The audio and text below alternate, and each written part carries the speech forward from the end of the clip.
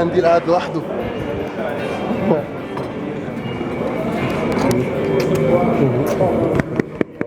لا خلاص مش محتاج الانترنت. تعالى يا معلم. عامل ايه؟ ايه الاخبار؟ تمام؟ كله زين. انت مسافر بالمسرحيه بتاعتك بكره؟ ايه؟ مسافر بالمسرحيه تاني؟ لا مش بالمسرحيه، انا رايح انا كستاند اب كوميديان، بس رايح اعمل ستاند اب كوميدي. دي اول مره يحصل فيها ستاند اب كوميدي في اسماعيليه. واو حلو الحوار ده. ورايح بعدها بورسعيد كده، في كده اسكندريه والفيوم وطنطا وكفر الشيخ وبورسعيد والسويس واسماعيليه. اول مره يحصل فيها ستاند اب كوميدي كان العبد لله. حلو. ايه الاخبار؟ بقول لك ايه، انا عايز اقول ايه ريحه الحوار الجامد ده. ايه؟ لسه بقول ايه ريحه الحوار الجامد ده. عايز اقول لك في حاجه جامده في المكان عايز زيها، فلقيت ده. ايه ده، هو جه اصلا؟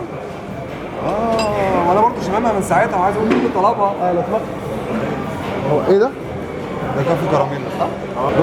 في واحد تاني لسه احنا شايفينه من ساعتها عشان تقول لي صح. بص انا عايز اقول ان انا شامه من ساعتها، بس لابتوب غريب. هو اتحمر في الحمام تحت. كل مره بقى بيحصل فيها حفله بعمل هاشتاج اسمه علي قنديل في المحافظه دي.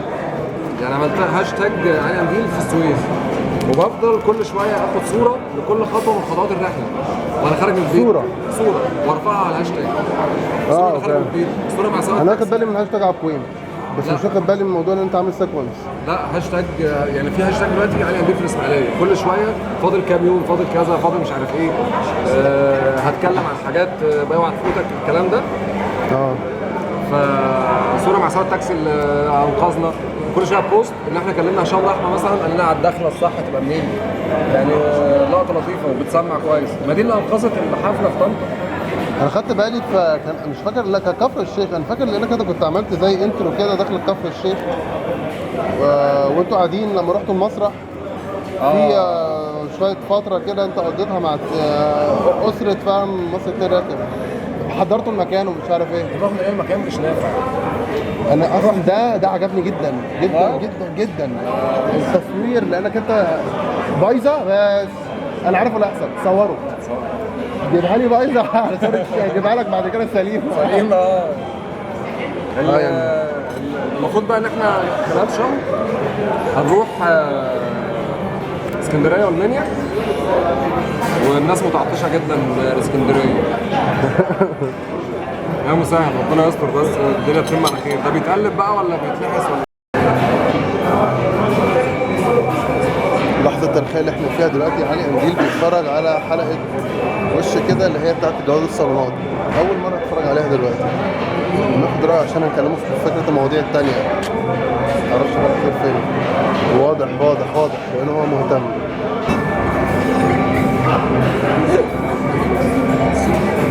حلو فشخ.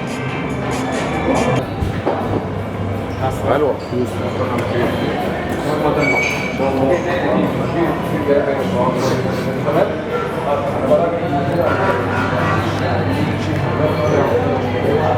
لازم نسلم على 30,000 واحد.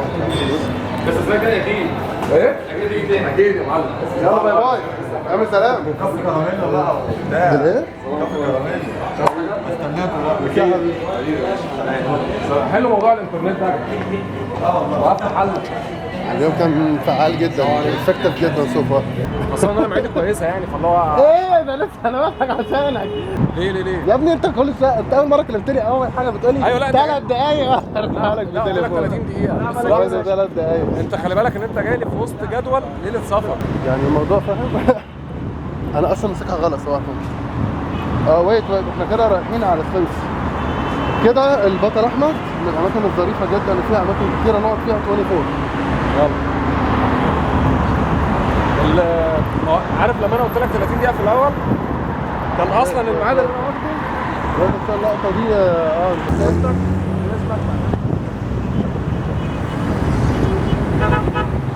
من اهلك. حبيبي تعالنا والنبي عشان ما نلطش. والله دايما خليكم فاكرين لان الفكره الجديده بتيجي في ثانيه. تليفون عشان على ده كان في المكتب بتاع سمير عاطف، كنا بنكتب في تامر الشرقيه والعياده. كده علي قنديل روح وانا لسه راجع الاستوديو اهو. الكلام كان ممتاز بصراحة. علي بيعجبني جدا معاه البرين ستورمينج، لما انا هو بنتكلم بنطلع افكار شرسة جدا. المهم المفروض اقعد دلوقتي بقى اشتغل على الماتيريال، لان في احتمالية لان انا اروح اسماعيلية بكرة واسكندرية في نفس الاسبوع، فممكن اصور حلقتين كمان وانا هناك وان شاء الله بالله التوفيق. وعلي عمل معايا واجب قوي صح النهارده، خلى ناس كتير تعمل سبسكرايب على البيج على الشانل على اليوتيوب، حركة من حركاته يعني.